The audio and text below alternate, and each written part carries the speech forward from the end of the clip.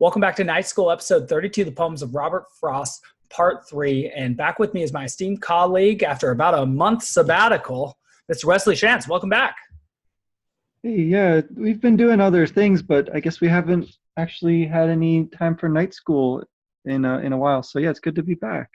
I know, and so that's sort of the nice thing of being sort of early and young in our careers, because probably a lot of this will get listened to serially once it's all out in sort of a Netflix style fashion, or after we become independently famous of this, should that ever happen.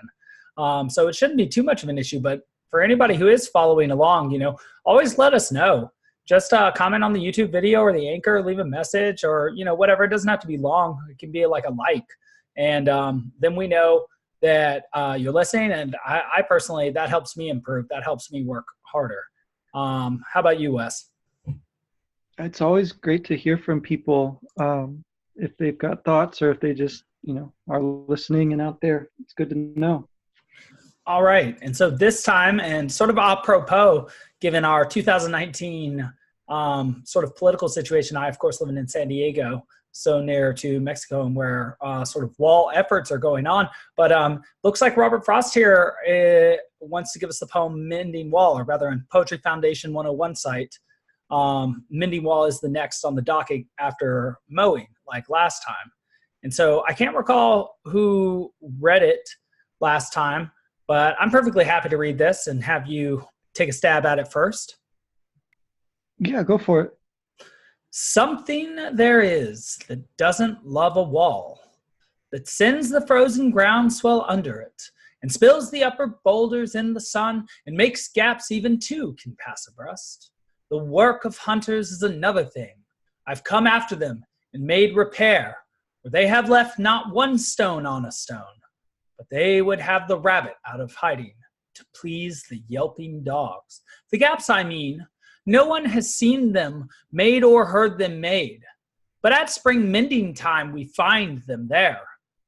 I let my neighbor know beyond the hill, and on a day we meet to walk the line and set the wall between us again. We keep the wall between us as we go.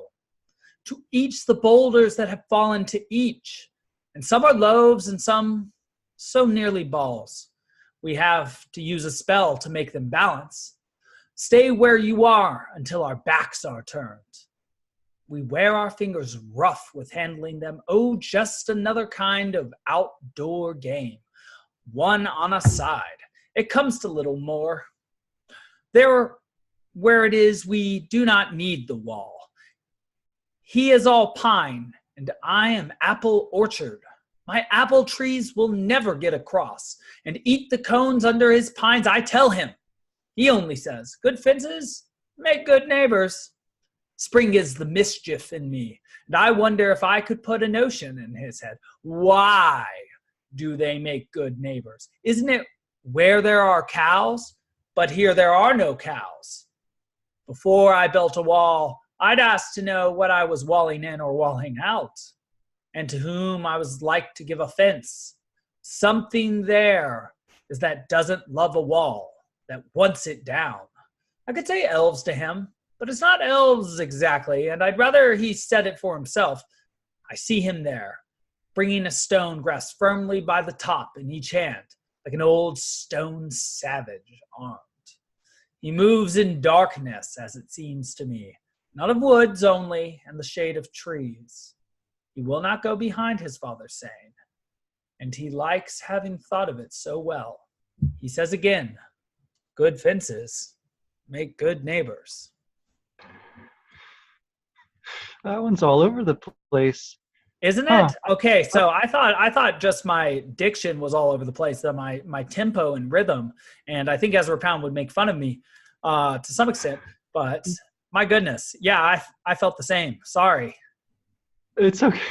No, I don't know that it was just you reading it. I think there's something in the poem itself that's kind of messing with you because of how differently each line sort of works with the meter, and each syntactical unit works with or against the meter and the line. It's really interesting. So you could think about I don't know, one way to think about it might be in terms of, as a poet, you are working with a form, right? And you're always sort of playing with the form and pushing against it. And so that's a kind of wall, it's a kind of limit. And it sort of forces you to be creative to an extent. I guess you could also think of the wall as the language itself too, though, like this, because it's this thing that each year they go out, he and his neighbor, and they put it back together where it's fallen down. So, that's kind of maybe more like the language itself than any particular poem, where you have to kind of restore and transmit these things. Otherwise, it'll just kind of crumble. But, the something that doesn't love a wall, at the start of the poem, it sounds like nature itself, the frost that finds its way through and causes cracks in the wall. And it sounds like in the next little section that it's the hunters, right? It's them traipsing along and scaring animals and dogs, chasing rabbits that causes boulders to fall and over time. But I think it also might just be like this idea of, kindness, or this idea of like, live and let live, that the speaker seems to represent, whereas his neighbor is like, he repeats it, fences make good neighbors. And that's like a proverb, part of the language that's been kind of distilled over time and, rounded. And he sort of just rolls that back at the speaker over and over.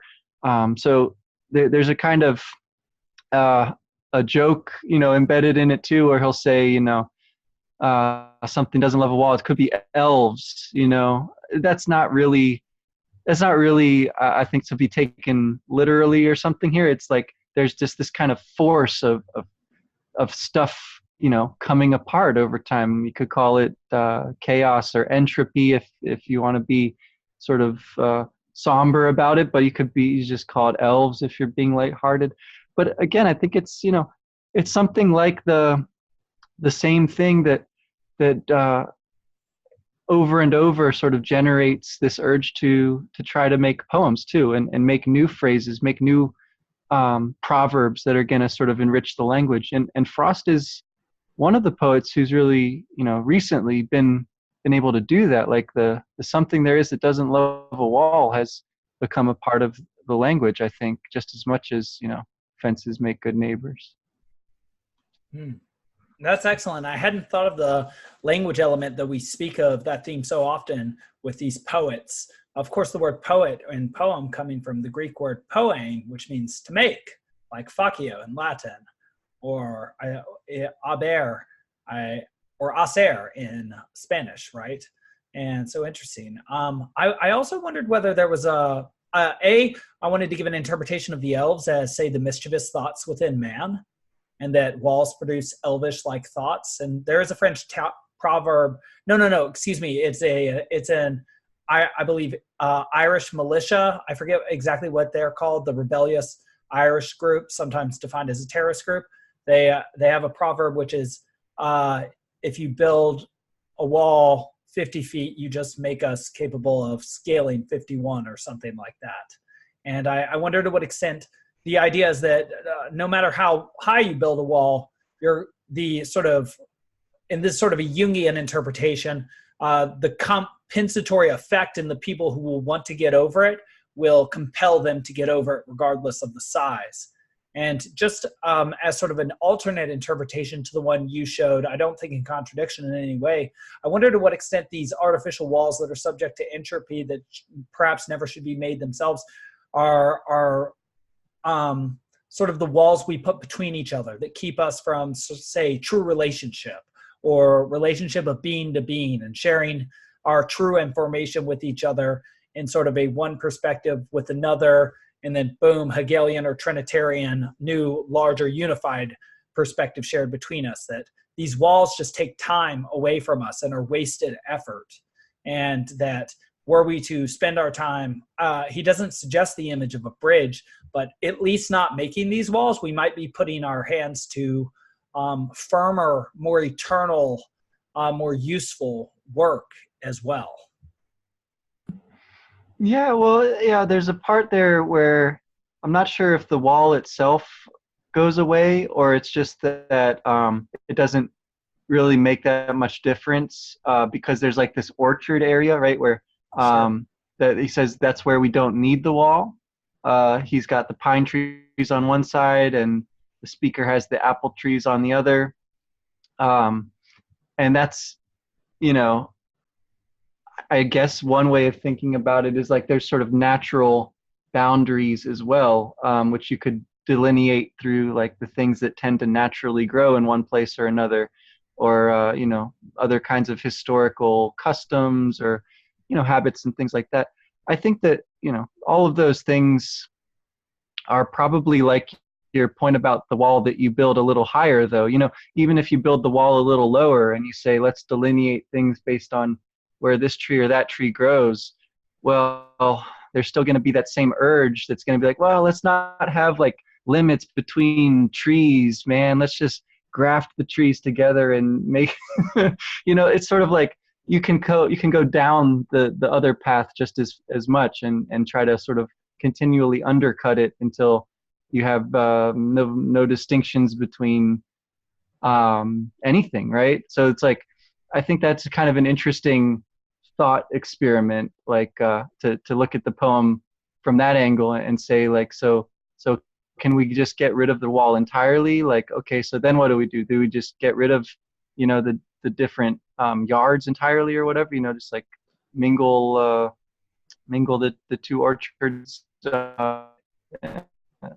indiscriminately or what? Like, I don't know. I think, again, the poem itself seems to be embracing a kind of tension between those two urges, like the urge to keep the wall sturdy and the urge to let it, you know, kind of come apart and just see what happens.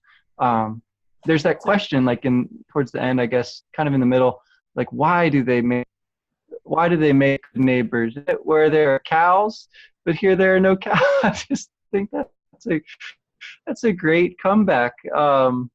Yeah, there's no cows, so like why bother with a wall, right? We know where our boundaries are. But with that said, you see, yeah, that's very interesting because another sort of Jungian interpretation of this is that Jung suggests that religions don't exist to cultivate religious experience, but to preserve people against religious experience, suggesting that, like with Meister Eckhart, religious experience is a mysterium tremendum, an experience of that which is utterly terror-inducing, sort of like that old Onion video that ran around about 10 years ago about where an Onion article or Onion reporter tried to take an interview with God, but he just sort of like sees the Imago Dei and sort of goes insane. But that we think we don't need the walls. And so this is sort of the tension between the conservatism and liberalism that I think you were touching on. The conservative tendency is to put walls around, you know, the meaning of words, people, and even language, of course, like I mentioned first, to keep things in their appropriate boxes, to color within the lines, to follow the rules. Whereas the liberal tendency is to not follow the rules because that is in contrast to the idea of making progress and producing new things. And so they sort of feel hampered by the rules. And so what's interesting here is that I think we're bringing this back to our sort of conversation on the poetic tradition because, of course, Robert Frost is doing something new with his words and writing a new poem with an interesting theme, with an interesting meter and an interesting size. But he is, of course, also bound to the poetic form. He is also a poet within that chain, right? He is chained together with the others, sort of like a figure of Jesus on the cross. Like by his blood and sacrifice, he is chained to something which is by its nature typical, but can also be unique based on the skill applied to it. And I completely agree that we do have these walls. They do seem to be useful and good. And they also, like I would say, human institutions like the state and a religion offer people a medium through which to communicate, which I think on the one hand hampers pure communication, sort of like you were saying, but on the other makes it possible to communicate in a meaningful way. Because if you don't have distinctions, what exactly are you saying? That seems to be sort of like the free love idea, right? Like you're just sort of saying love, love, love. It's like you're barking at somebody. rather than giving them a sophisticated sort of nuanced notion of what it is you've perceived in the world and adding that to theirs. So I suppose I'm agreeing with you. Cool, right on. Yeah, I think that the political element is certainly implicit, and I think it's kind of funny. There's the image that he gives towards the end of his neighbor as old stone savage, because Yes. of the way he's carrying the one stone in either hand. So this guy is, he looks like a troll kind of, but he's also really strong, and he does seem to be a good worker and, a husbandman, like, of his land. He takes care of it, and that's the kind of person who does make a good neighbor. And what maybe more to the point, like the sort of the difference between the two, right? The one who is more liberal, if you like, the other who's more conservative, them being neighbors and being in a contiguous kind of and necessarily rubbing shoulders at least once a year, right, to mend the wall. That seems to be good too, right? Having that kind of give and take, and you can sort of imagine this liberal speaker. He writes this longish poem, whereas the conservative character in it has just basically one line that he comes back with over and over, and that's good enough for him, right? That's what it comes down to. Right. I think that's very good. And so, well, then I guess I just have one question about this. What do you think the repetition is doing in here? Something there is that doesn't love a wall, I think, is repeated 3 times. Good fences make good neighbors is repeated twice. Do you think the math of that, first, is that true that something there is that doesn't love a wall is there 3 times? I see it the one time in the first line there, of course. Okay, good. I see it down near the middle, just past that. Something there is that doesn't love a wall. Right before that, once it down, I could say elves to him. And, is that the only other one? So what do you say? What do you think about the parody then of good fences make good neighbors and something there is that doesn't love a wall? Because if those are perfectly paired, I think your point carries perfectly that there's equal value to the sort of 50-50 approach of the conservative liberal, that there is something to be said for bringing the past into the present while also striving for something new in the future. Unless I did miscount, in which case I would also suggest a mathematical interpretation of that. Well, I don't know. I mean, I'm only seeing them kind of repeated once, if you like, or, appearing twice each. Right. That's what I'm saying. And saying. I guess, yeah, well, like the fact that the liberal has to repeat at all is kind of interesting. In that regard, he's kind of coming around to become a bit of a conservative himself. That's sort of something I noticed as you were saying that. Whereas, that's interesting, because he's subject to the cycle too. Yeah, well, sure. And on the other hand, the other guy, has to kind of bring about into existence this saying. He has to give it the life of saying it aloud. It's not enough that I think it's like his father has passed him this phrase. Like, he has to kind of bring it into being. And so in that regard, what's old is new again. He gets the last word, but I feel like there still has been some movement from where he started, and maybe just insofar as he had to kind of think about it. He got this kind of notion put into his head by the others' questions and kind of gentle mockery, maybe. I do think that there is some kind of progression that we're seeing here, and not simply a seesaw or a circle. Well, circles on wheels move forward well, and so very interesting to what extent this is linear or cyclical, depending on which perspective you see it from, whether you can see it 2-dimensionally or 3-dimensionally in that respect. But I guess that's a reason why to keep reading this Robert Frost, because sometimes context comes with time and with additional material. And so, well, the next poem is Home Burial, and it looks it looks like it might need its own episode now that I'm scrolling through it.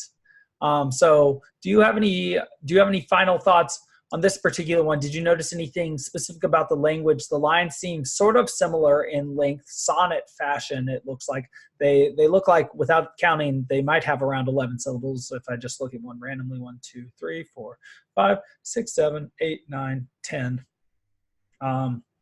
But it is one large, this mending wall, like a wall, is many lines that make up one large stanza as well. And it, like a wall that has been, that is sort of uneven due to the labors of time, has unequal line length. So if you were to look at the poem horizontally, like it were a bar graph, you would see that it goes up and down and up and down again.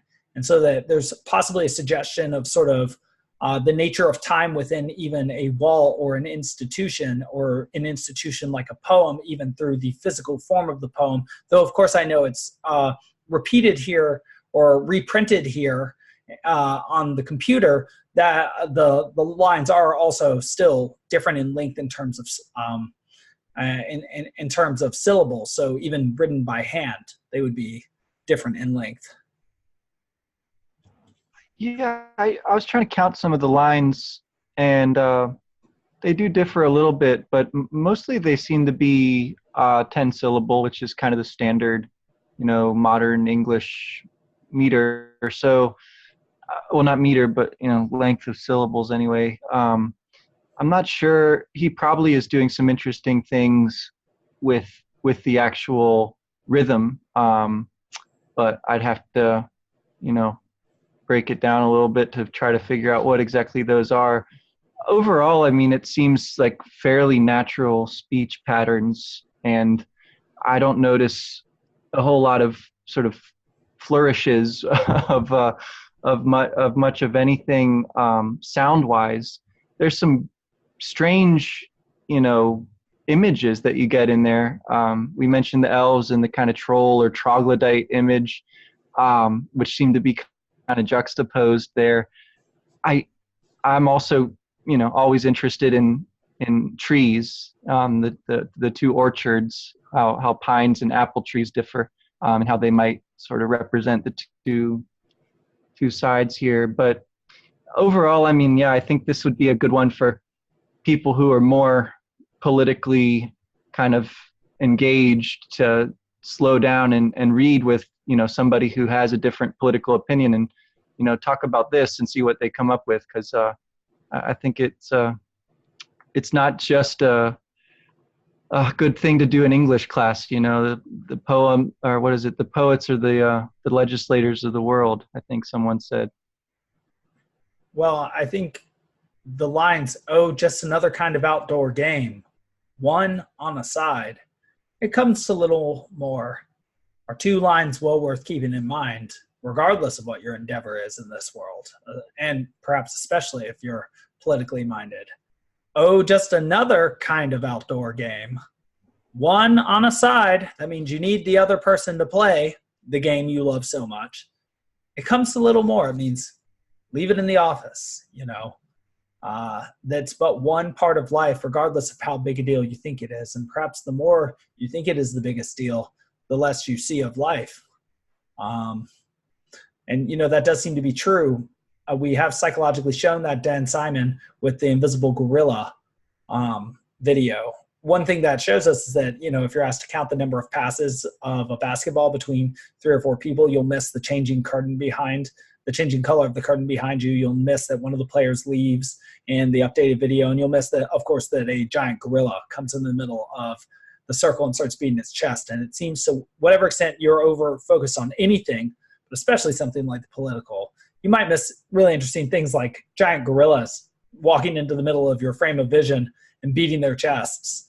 And that seems like a very interesting thing to see, rather than just how many people are passing a ball. I have seen that video. I'm fascinated by what it sort of tells us about ourselves. That's pretty cool. Yeah. All right. Well, good to be moving on this particular project again. Like Wes said, we're working on a lot of stuff. We're coming to the close of our side quests, Final Fantasy VII segment pretty soon. And so that's really cool. We have a couple of interviews coming up very soon. We have Harry Potter up again tomorrow. And we're current events again soon, too. We have a couple of different topics lined up coming up. And going to talk with your friend Joe at some point too, right? Yeah, tentatively one of these Fridays, I think we can talk about organizing online teaching, maybe teaching strikes and all that goes with that. So yeah, it should be interesting. Yeah, very much so. Very much so. We're always interested to hear what people have to say on interesting topics like those, and especially given the fact that we were talking about a strike recently. And so, yeah, definitely, very interesting stuff. So for next time, Home Burial by Robert Frost, and it'll be interesting to keep giving this guy a shake. Perhaps we'll have to, and I know this is very different, read some Borges at some point in the Spanish, and you can sort of guide us through that, Wes. I'm very interested in tapping into your language skills at some point, as much as I do love doing the Americans and the language we both know and love. English, of course. I always like reading poetry in other languages. I think that's a really valuable thing to try, at least, and can be really fun. So yeah, sounds good. Yeah, sounds great. All right. Well, till next time. Talk to you tomorrow. All right, thanks. Take it easy. You too.